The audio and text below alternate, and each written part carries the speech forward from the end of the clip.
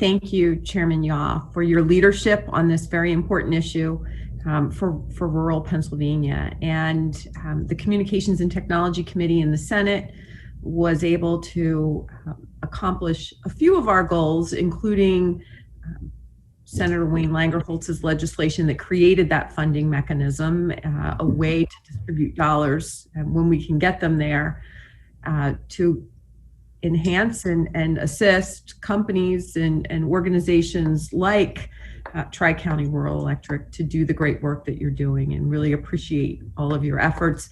And also need to give a shout out to Representative Clint Owlett for his regulatory reform bill that we were really happy was signed into law.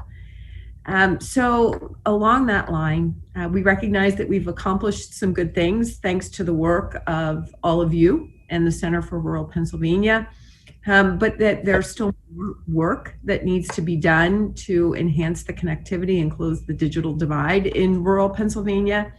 And from your perspective, what additional barriers or hurdles, other than the money, that we've now got that mechanism? Appreciate Representative Eddie Day-Pashinsky's idea. I will look forward to looking into that. But are there any other barriers that we need to address legislatively to allow you to be successful in your endeavor? Well, we, like you had mentioned, Act 98, and that was significant. So one thing that we have talked about internally is the funding has been key, of course, and funding it's always hard to come by, and there's always a budgetary concern, and I'm not sure that will ever go away. But the other piece of it that we have seen really come forward that has been helpful to us is just, they're not small, but they're not talked about in the general public. But just regulatory and reporting requirements in terms of the grants that we've received.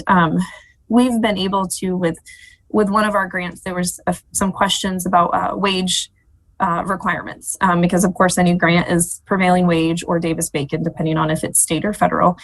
And some of those wage determinations, some of the what we've found, I guess, in that process is that not every agency fully understands the telecommunications industry or has things in place to appropriately identify the wage rates for workers in the telecommunications industry. And I am sure that happens with multiple projects. I'm sure ours is not unique, but what can happen in a situation like that is, wage rates could get tacked on to a project like ours that simply don't really fit, but there just isn't a wage rate out there that does fit. And so, we've had the opportunity to work with the state of Pennsylvania to begin to address some of that, to bring some more telecommunication specific rates in play. And I think that will be key to provide some solidarity around grant funding in the state of Pennsylvania, so that when other projects, other cooperatives come for funding, there's a really clear delineation of here's your wage rates for the telecommunications industry when you put it out to bid, so that there's a solid understanding.